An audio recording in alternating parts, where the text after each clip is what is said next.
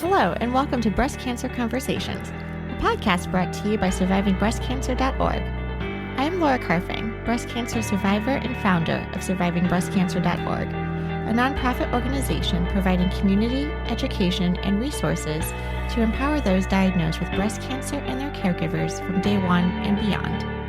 Hello, my friends, and welcome to another episode of Breast Cancer Conversations. Today, we are talking about something that almost everyone listening has experienced one way or another. Waiting. Waiting for an appointment, waiting for a mammogram, waiting for a callback, waiting for biopsy results, waiting for answers. And if you've been told you're too young for breast cancer, struggled to get additional screening because of dense breast tissue, or felt frustrated trying to navigate a healthcare system that seems to move at its own pace, this episode is for you. My guest today is Dr. Ryan Polselli, a fellowship-trained breast radiologist, U.S. Navy veteran, and founder of Mammolink. After training at Emory University and working within the traditional healthcare system, Dr. Polselli made a bold decision. He walked away from the status quo. In this conversation, we talk about delayed diagnosis, dense breast tissue, breast cancer in younger women, same-day results, artificial intelligence, and why Dr. Polselli believes we can and we must do better when it comes to breast cancer screenings and access to care. Welcome to the conversation.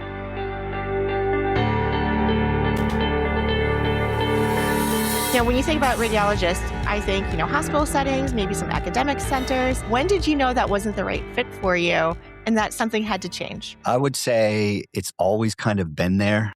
I've never really fit into it. And I think that actually, probably goes way back. So I could tell a short little story. So back in 2004, end of my second year of medical school, at the time when everybody is convinced that every single symptom is a disease, because that's all you've been seeing, right? And medical school student syndrome is a very real thing. I had a tumor that grew on my leg, buttock area kind of thing, so of course I'm petrified and convinced that, I was dying. And I even went and saw one of the preceptors there, the guy I respected and trusted. And, he's like, okay, pull your britches down. Let's take a look. And he just big eyes and he goes, you know what this could be, right? And I said, yeah. And, so he never said sarcoma, but of course we're both thinking it. And so, there are very few other things that it could have been. So I was literally convinced that this was the end for me. So I looked up my credit card balance and literally, this is true. And I was like, how much is a cruise around the world? Because I'm just going to go out that way, So, but anyway, going through the process to get it removed and the surgery and everything, it took months. Nobody seemed, there was no sense of urgency whatsoever. And I'm like, guys, what's going on? So that really shaped everything for me. And then when I started to practice in, the hospital settings and things, that kind of was the framework through which I viewed everything. And it was always frustrating from day one, but you do it and you get through it and you try to make the best of it. And it wasn't until several years later when I was just like, okay, enough is enough. So that's really kind of the story of where this came from. This project. Yeah. So tell us a little bit about this project. Yeah. So, we, basically I'm trying to do everything that I remember that was horrible about my experience. And then everything that I have heard from hundreds and thousands of patients since that time. And remarkably, it's all the same story over and over and over. And, the same frustrations and, the length of time it takes just to be seen after you've even if you have the official diagnosis from pathology, sometimes it's around here, 6 weeks, 8 weeks just to get in to be seen with a surgeon, then additional testing. And it's not uncommon for somebody to not get their first surgery 6 months, 8 months, and to live with knowing that that's inside of you and there's nothing you can do about it. It's just horrible. And so we kind of grew out from that. And we've been trying to fix all of those things since then with breast cancer screening, our small niche, same day results, making sure that they have the information that they need every step of the way, that kind of thing. That's such a great segue because, we obviously survivingbreastcancer.org, we work specifically with people who've been diagnosed with breast cancer. Right. And they're coming to us after they've been diagnosed. Right. So there's this whole slew of, how do we get education and information out to people who need to know that they need to be screened? How do they understand their family history to know even if they are at high risk or not? And there's a lot of, I would say, controversy. I'll use the word controversy in terms of the guidelines about how people are supposed to be screened when, how often, frequency, and modality. So the fact that you are kind of going in and actually trying to mitigate some of these gaps in terms of access, care, and then getting information, I think is really admirable. And I appreciate the work that you are doing. Yeah, thanks. No, I agree with you. That's one of the biggest things is the educational component and knowing what's next. Where do I go? How is this process going to work? I mean, the patient waits. Well, go to this next thing and you'll get that image and you get it. And then we'll tell you. And then we'll tell you. Instead of just explaining, here's how the process works all along. Here's what's going to happen. And I think people just feel kind of on their own. Like, it's up to you. There's no continuity through the process, and, that's really important for us. I think and for the patients. We attended a session over at Harvard very recent, last week, as a matter of fact, with regards to the cost crisis in healthcare. And there was a fabulous presentation by a number of payers and providers and investors, et cetera. And I was a little bit disturbed afterwards. They had a good discussion, but there was no call to action. There seems to be so much inertia in the field that Yes. that's what we found when we started to do our marketing analysis to see whether or not we really wanted to pursue closing those gaps. And every consultant that we spoke to sounded like you, saying, you don't know how big these gaps are. And it's absolutely incredible. So here we are, and we're looking to close gaps like you are. Yeah. And that inertia is so important and it's so real. I mean, everybody talks a big game and I kind of get tired of it. And I'll say this a little bit controversial too, but you see all the social media posts, from some of the groups, I'm not going to name names, women, delayed diagnosis in women's care has been happening for too long and we're fixing that. But then you look at it and it's not fixed. There's no change. No. It's just a post. And so it's like you say the popular things, but are you doing it? Right. And, that's where the real work is getting done. And I think that's more and more important now, especially with all the noise out there with AI and everything that's happening.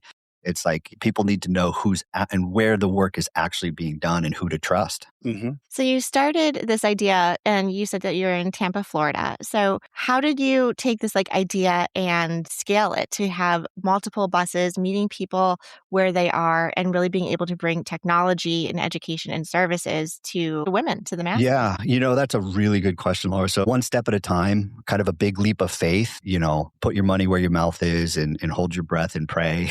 Mm-hmm. So it really literally was just one step at a time. I saw all these other people doing the job in such an inferior fashion that I was like, surely if we just do it right, we'll be successful, but there's no guarantee. And, we got our first bus and I think we scanned 6,000 women the first year. And, we had a little bit of momentum. I could tell where it was heading and the response was positive. So really just took a big, huge bet and said, we're going to go for this. And I even said, maybe I'm delusional, but we're going to do this as if we were able to scale nationwide. So every decision we make, we're going to make it as if this could be something that would change breast cancer screening in the US. And so we did that. And I think the other thing too is I wasn't afraid to fail and fall flat on my face because Right. the cause was noble. And if I did, I tried, I did my best. And I think that attitude was really helpful to be able to get over some of those things and make those sometimes risky moves and bold decisions. And so, so we built a very solid foundation. And I will say that's been an advantage, right? So you're building something brand new with all the technology that's available now, as opposed to some of these hospital legacy systems where everything's built on old infrastructure and even software and things. So that was kind of nice to be able to build fresh I basically took the best pieces of everything that I saw everywhere and put them together into one. And, here we are. Wonderful. And I love that mentality too. I feel like my light bulbs are going off. William can probably feel the same way where, you're making decisions for the future where you see yourself as an organization, as a company. Which I think is so smart, and you end up making really great decisions and not being scared to fail, because otherwise you're going to be living in this world of what ifs. Yep. Yep. And So one of the story's not finished. I mean, we still could, but at least for now, it's going in the right direction. Yeah. So when someone comes to your mammography van, what can they expect? What type of, for a patient, and I'll just use my own experience, right? I was diagnosed under 40. I had to fight and Wow. was probably gaslighted, under oh, you're too young for cancer. There's no Yes. family history, all of these things. And so I really had to fight for that mammogram. And it wasn't until I started doing a lot of research, and I know through social media and different articles, people are being more educated now of understanding what dense tissue is. But Yes. even when you get like the clear scan results and you get this letter in the mail or your doctor tells you, analysis is really only as good as the modality, right? Info in, info Yes. out. Yes. So how do we help patients know the importance of understanding their breast density, matching them to the type of technology that will actually detect cancers early or pre-screen? And then I guess one of my other burning questions though too is like, how are you operating and do you take insurance? Yeah. Okay. So Big amazing question. Sorry. question. I I'm feel like like you're in my going head. deep. This is amazing. No, I mean, this is something that I mean, two of my pet peeves. Women in young women. I mean, breast cancer in young women, the younger woman population, which is increasing, and they do have to fight to be taken seriously. And then dense breast tissue. So these are two hot topics, and don't let me forget to answer your third one. But from the first perspective, the younger women, I'm catching a little bit of pushback from the medical community because I'm not following the guidelines here, with 40 being the starting point. But we have allowed women at the age of 35 to start, and we don't turn somebody away, especially if they have scripts or they've been speaking with their doctor or something like that. Because so far, the only harm I've ever seen come mammography is turning somebody away. And so we it's just one of our things that we don't do. And, I get called from some of the techs that maybe work for, academic hospitals where they're real strict on the guidelines. And I'm like, I tell them the same story. I'm like, yep, the only time it's ever caused harm is the time when we've said no. So go ahead and screen them. It's not going to hurt. And we'll go from there. I know you have to be prudent with imaging. That's to be understood in any event. And we've also done our own study. And so we looked at the 35 to 40-year-old age group. And, this was probably at the time when we did this about 20,000 women. So it's not massive, but it's real population in Florida. And those patients between the 40 and 50 age group, identical for our, Mhm. for our buses. And I think there's also some biology behind that too, and it matches. So in any event, we train everybody to take people seriously no matter what, especially the young people. And it's paid off. We go to the schools and it never fails. 37-year-old would have never known and had a breast cancer. We caught it before the nodes were involved and stuff. So I stand by that and I'm very proud of it. And that's the first thing that we're doing. And I think that with time, maybe as more evidence comes out, and we're working on that too, as we're keeping a record of everything, maybe there'll be a different type of guideline or something like that, or an additional test. There's all kinds of tests coming out Exactly. Yes. that may be suitable. And then the dense breast tissue, another one, very hot topic. Like I think 30 to 40, I don't know how many now, states have passed legislation that if you have dense breast tissue, there's no cost sharing from the insurance companies. Fantastic job. I wish it was all over the place right now, but it's not. But even then, I've seen a lot of payers still, like in Florida right now, and I'll say this so my competition can hear, that's fine. They are also covering supplemental breast cancer screening, even though there's been no legislation. So it's and very proud of them for doing that. And so what we do on the bus is, we have AI that interprets breast density at the time of the screening. If it's dense, they're flagged in the mammal room, and then they go straight to the breast ultrasound. Screening breast ultrasound. What we were doing, this is kind of interesting, for a while is we were just giving it away for free, or just saying, whatever the insurance will reimburse us, we'll take it. We're not going to charge you, because I thought that it was so important for them to get it. And then, believe it or not, we've now, there's some pushback that, well, they're in violation of your contract if you do that and stuff like that. So we're being forced to collect copays and deductibles, so now we made a nonprofit. We'll get around it one way or the other to be able to give the care that the patients deserve. And so we're automatically screening them with a breast ultrasound for the dense breast tissue, because it really does. We've found several cancers now that were not seen on mammography that were on the ultrasound. The only thing I get leery of, and I know this is a little bit long-winded here, is not, patients sometimes get the wrong idea. Well, if the ultrasound is so good, then why do I need the mammogram? And that's not true at all. You still need the mammogram, calcifications, early stage, et cetera. So I just want to make sure that the message stays clear, that we don't get women that just say, oh, just the ultrasound. That's a really good point. And I think that actually demystifies some of my own understanding too, of always thinking like it was like the step process that we had to do the mammogram first and then the ultrasound and then potentially the MRIs. But, at what point, and it was actually pretty interesting, and not to disclose too much, even though the world knows so much about my medical history, Right. a couple of things that you've already mentioned about delaying care. I actually had a couple symptoms that were alarming as of December of 2025 and just actually had to have a surgery that just took place a few weeks ago on April 6th. And so if we think about, okay, on one hand, that could seem a little fast, but these 3 to 4 months of like waiting and tests and trying to get in and appointments were such a headache. And the anxiety and uncertainty of all of that was overwhelming. But then I knew the end result was going to be this surgery. However, I still had to go through all of these other tests and all these other biopsies to even get to the surgery piece. And so, I'm kind of thinking what you were mentioning, like every modality serves, I think its purpose, but it's not necessarily as easy as like leapfrogging per se to say, well, why doesn't everyone just get the ultrasounds or the MRIs, which are incredibly costly as well? Yeah. So that part's good, but we can make it quicker. Mhm. So in Laura's case, the OB-GYN was suggesting the full surgery, and the alternative to that was to come back every 6 months for the rest of your life so that you could be scanned. So all of the mental health issues that come into play with that decision really enabled us to make, well, not a snap decision, but the decision to go ahead and have the surgery done. And some folks just looked at us like, well, aren't you jumping the shark here? And our attitude was that, no, we don't want those psychosocial Yeah. expectations coming into play here. Yeah, 100%, and I think that's important. And patients should not feel ashamed or, second guess themselves at all for feeling that way. I've always said that there is value in having a test done, even if it's for nothing more than peace of mind. Some people will be like, well, you technically don't need it for the guidelines right now, but if you're losing sleep, there's value in that test, 100%. And it's just so important not to neglect the human side and the experience to this whole thing. Medicine is so good at the science and the background and all of this stuff.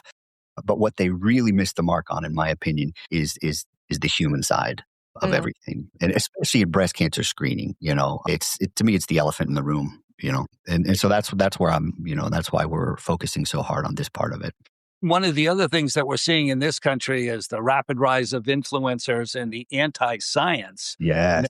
mentality. Now, that was very true throughout all of South America. We deal with a lot of breast oncologists or generalists down in South America, and they say their patients would rather bite the head off of a poisonous snake in an effort to beat the cancer than go through chemotherapy or immunotherapy or whatnot. So we're starting to see the edge of some of that coming into play in the United States with regards to all of the big time influencers who are having an impact on the agita of potential patients. Well, you are right on the money there with that too. That's something that keeps me up at night a little bit. And so, like, for example, we have, I'll just say a large partner that said, well, we're not interested in having you come and screen with mammography. We just want ultrasound.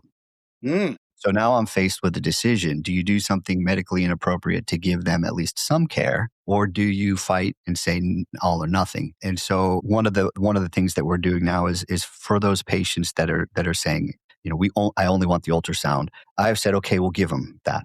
And I could be, this is something that I'm sure some people will disagree with me about. However, what we're doing is we're taking data from it. So we're making them watch a short little video about the importance of mammography, and then we're measuring pre and post opinion, because I want to solve this problem long term, right? It's not going to go away.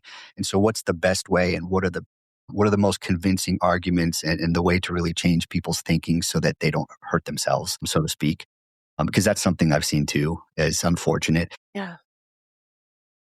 One patient I recall, just absolutely, like you said, would have rather bitten the head of a snake than had anything done. But as the cancer progressed, eventually she changed her mind, but then it was too late. So it's like we could have saved her life if she would have acted quickly, and we'd had some means to beat that. So yeah, very good point. Hugely important. And I think it's only going to get worse. Yes. In the short run, anyways. In the short run. Exactly. I'm positive, optimistic for the long term. But yeah, me too. We both are. Yeah.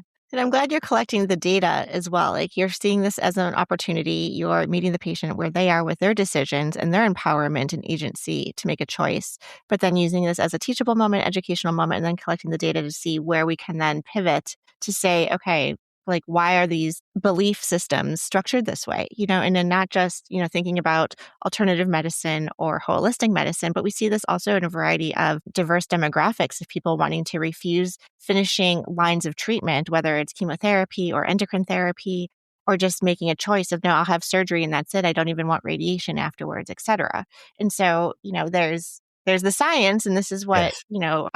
survivorship and statistics and things will tell us. But then, there are patients who also say, I need to make the right choice for me and my time and my quality of life as well. And so how do we balance the whole person and all of the factors with the science? And I guess that's the art piece of it. Yep.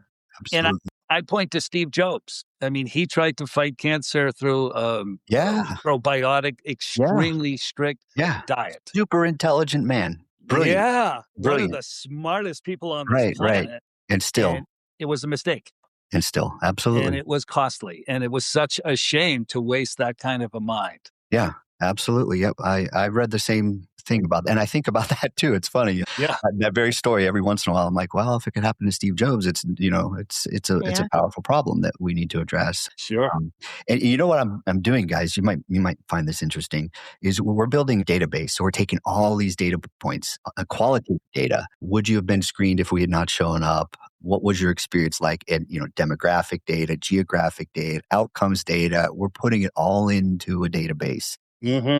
All these points, and then right now we're putting it up in Snowflake, which is an AI storage warehouse, whatever, with this AI analytic large language model on top. So in the future, we'll be able to ask questions. What's the best way to change this person's opinion, or to motivate, or where should policy and legislation be made to better use money and things like that? So that's the long-term goal, but these are the fundamental questions that we need to answer. Yes. Absolutely. And we wholeheartedly go along with that AI piece, and we've been utilizing AI both at SBC as well as at OncoCare.io for several years now. Oh, wow. We have all of our consultants and employees using it, and we've created 2 agentic agents tied into the NCCN and NICE, et cetera, and HHS, and trying to get the best possible peer-reviewed information to respond to the queries of patients and possibly oncologists,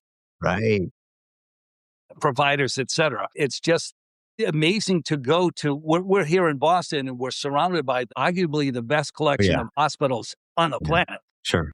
And they're still so slow to get on board with AI because of the confusion and the potential hallucinations and whatnot. Yeah. But there's a way around that, and you can put in those checks and balances. We tried to speak to a number of these hospitals, we won't mention names, and trying to inject that. And even at that Harvard seminar that I was just mentioning, it was brought up several times that they need to be able to go down this road. Laura and I have these conversations all the time, usually at 3:00 in the morning, and she'll sometimes question it. And I just look at her and I just say that, and I honestly believe this, there's absolutely no future outside of AI.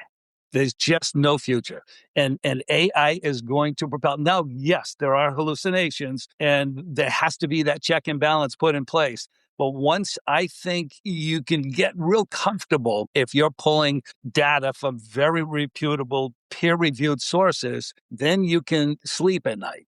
If you're just crawling the web, like Google, oops, I shouldn't have said that, then They're listening. No, Yeah, I'm sure they heard it. they're always listening. So I think but ultimately, that's what every patient does, right? Like back in the Yes. day of like Google, like you would Google everything, and now people are asking different language models, like I have cancer, Yeah. and they're putting in a lot of personal health data into the system that they're feeding. So I think there's some precaution and a responsibility that we can take to say, okay, well, if you are going to be feeding some sort of system your healthcare information, how can we make sure that we're protecting it, from a compliancy perspective, and that you are getting not just generic answers and basically giving your data away for free, but then to get tailored, precision responses and plans.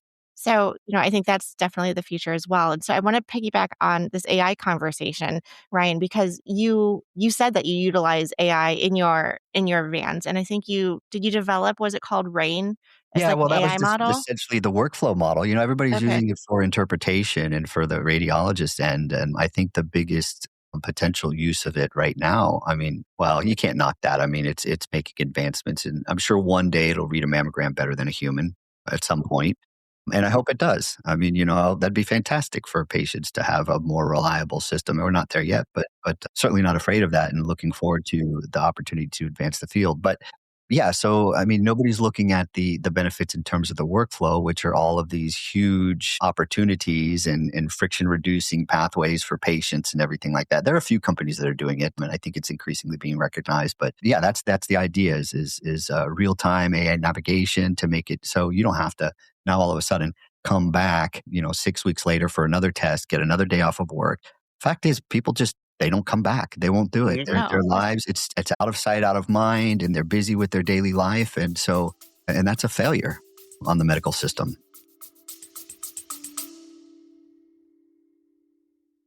I want to take a quick moment and tell you something I'm really excited about. You can now download the survivingbreastcancer.org app directly from the App Store or Google Play. Just search for survivingbreastcancer.org. It is completely free to download, and inside you will have access to all of our support groups, educational programs and webinars, all of our blog content and articles, podcast episodes, and community features to connect with others who understand what you're going through. Everything in one place, because navigating breast cancer shouldn't require 15 open browser tabs. Download the app today. Yeah, completely. Yeah. Completely. So that kind of leads into my second question that I was going to ask about how do you achieve being able to have these same day results? And it's through this Yeah. workflow process? Yeah, extensive. So we started with the patient and just said, okay, what would the perfect experience be? The perfect experience would be, and I've said this before. I hope it doesn't get old, but women say, so what would a 6-star experience in getting a mammogram and screening in healthcare be for you? And they're like, well, get me out of work for 30 minutes. Give me a cup of coffee as soon as I walk on board. Don't make it hurt. Be happy. Have it smell beautiful and luxurious. Give me a nice, warm robe. And then when I get done with the mammogram, give me results before I go to sleep at the end of the day. And oh, by the way, yeah, just text them to my phone and then give me the radiologist phone number if I have any questions or email or whatever the case may be. Give me a way to contact them if I have any questions. Make sure I have access to my records, snap my fingers kind of thing. And if anything is wrong, by the way, make sure you give me a call the next day personally so I know. Yes. And so that's what we started with. And that's the workflow. And so and it's I think it's well received. We're getting good reviews, real reviews. Yeah. And so we'll just keep doing it that way as much as we can. It's not as easy as you think, though. I mean, it's like, well, it's a no-brainer, right? Why shouldn't it be that way? But then nothing is built that way. None of the software is built that way. None of the workflows. It's all from the traditional system where it's like get your results in 2 weeks. Right. And stuff like that. So, and even some of the technological challenges, you have to use cellular connectivity on the bus, right? So we've had to come up with some solutions there to make it real time transmit and stuff like that. But yeah, that's all we think about and all we do all day long. We've found a big niche in school districts, which they have loved it because it enables their teachers to be compliant and still have their 3 months off in the summer, saving PTO time. And the compliance rate goes up.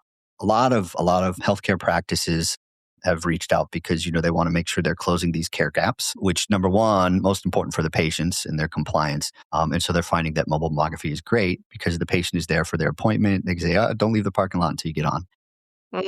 Instead of here's a script and it never gets filled. So in the healthcare practices are, of course, also, it gives better reimbursement for them and stuff. So there's a secondary financial motivation, which is fantastic. Employer groups, same kind of thing. Really looking forward to the way this is heading with employer groups really taking more responsibility. So we started screening Costco's recently and finding cancers that, in young women that would not have otherwise been screened. And so it's obviously paying in terms of, companies think in terms of, profit and stuff like that. So you got to speak their language, but it's good for all. And so, so they're really jumping on board with that, which I think is fantastic. And one of the things I'm interested in, this is the question I hope to answer soon, is are patients more compliant and reliable if you screen them at their work than they would be in any other setting? And so do the employers then have a certain set of, amount of responsibility to carry this program because it enables such good compliancy, which is kind of what the initial data is showing us, which is interesting. Well, we recognize that it's better for the patient and it's also better for the employer's bottom line. That's right. And there's every study that I've read has supported that notion that if you're proactive and that you're screening or you're discussing or you're learning the history of your cancer, or if you've got a genetic disposition, et cetera, that if you get out ahead of it, well, the odds are much better. And also that the employee will not be missing as much time and running into problems of mental health issues, anxiety, et cetera, and running into the emergency room. So if we become proactive as a nation, I think that we can really beat it. Yeah. It's a three-way win for all parties. Yes, better society, better employer, better patient. It's just, there's no downside to it. So, why not keep pushing this thing forward? Excellent. So I think right now you're only located in Florida, correct? But you have plans to expand. Yes, I'm hopeful. We're looking at another bus right now, and Texas is we've had a lot of interest in the Houston area. I believe it. I think that'd be a good second spot for us. It's also relatively similar and close and warm and not too far for us to have our first venture outside of Florida. But really, I mean, the goal is I'd love to take this all over the place. Well, yes, let us know when you are in New England. We would love to partner with you. But I was going to say for our listeners too, specifically in Florida, if they were interested in taking advantage, can they contact your company directly, or is it better for them to go through a hospital system or an employer just system? Mammolink.com. So we reach out to patients directly, and just like the name sounds, Mammolink. And we have direct to patient marketing and stuff to have them, and they can participate in almost any of the events unless it says a private event, which is usually due to something like a security issue if we're out of school and they don't want anybody from the outside coming in or something like that. But other than that, everything is open, and we got a lot of patients that just Google, they'll put in their zip code or find me where I am, and then here's the nearest bus, and in a 5-mile radius or something, like, oh well, I'm going to be swinging by the grocery store, or it's at Walmart, and I get my groceries on Saturday there anyway, so we'll come in on that date. Amazing. Yeah. Amazing. Yeah. William, what am I forgetting to ask? I don't know. Going through all the questions that we have. I want to talk more after this show. You guys have a lot of good information and connections and things that I'd like to explore with you at some point. But absolutely, that's for another. Yeah, I mean, we learn from each other. Absolutely. Yep. And I guess I wanted to fall back on that one point about chemotherapy, immunotherapy, endocrine therapy, et cetera. And we hosted a raft trip in Pennsylvania for metavivors, stage 4 breast cancer patients out of Staten Island. And one of the patients was South American. She was a bit of a shaman, and her husband was a salesman. He sold beauty products, et cetera. And she took it upon herself. She didn't want to run down the road for the various therapies, and she wanted to follow Steve Jobs and just was consuming nothing but strictly organic vegetables and produce, et cetera. And I looked at her husband. He said, "Don't look at me." I told her, people who do that, they're not they're funeral parlor patients. And I said, you know what? It makes sense, and we need to support each other from the perspective of science. And we're tied into a number of doctors all over the country, from surgeons to oncologists to radiologists, and we're all pointing in the same direction. And at one of our recent board of directors meetings, we have a number of local physicians on it, and one was suggesting that we take a look at alternative medicine, and another one clapped back so fast and said, no, let's not confuse that issue. I do think that there's space for the conversations. It's not an either or, it's an and, if people are going to go. Yeah. I like the and a lot. Yep. Amazing. Well, Ryan, is there anything else you'd like to leave our listeners with as we wrap up this amazing conversation? There's been some value here for everybody listening.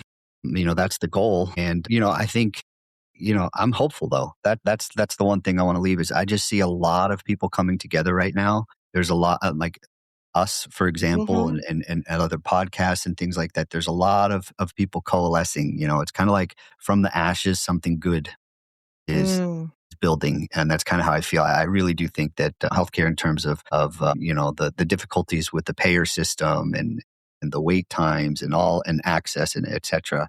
I don't want to use the word disaster, but, broken. And I see just so many people interested in fixing it right now, which is very encouraging. The more you can proselytize science and screening and all of the various therapies that we have to offer, the better off mankind is going to be, in my humble opinion. Yep. In my humble opinion, too.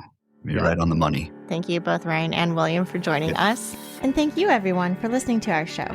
I would like to acknowledge that all of the information on our podcast is from personal experiences and is not a substitute for professional medical advice. You should always contact your medical care team. If you are looking for specific topics or would like to be a guest on our show, please feel free to reach out. My email is laura@survivingbreastcancer.org. Our show is made possible by our nonprofit, survivingbreastcancer.org, and by our incredible donors like yourself. You can hop on over to survivingbreastcancer.org to sign up for our mailing list, make a donation, and explore the 400 plus programs we offer each year at survivingbreastcancer.org/events. Until next time, keep on thriving.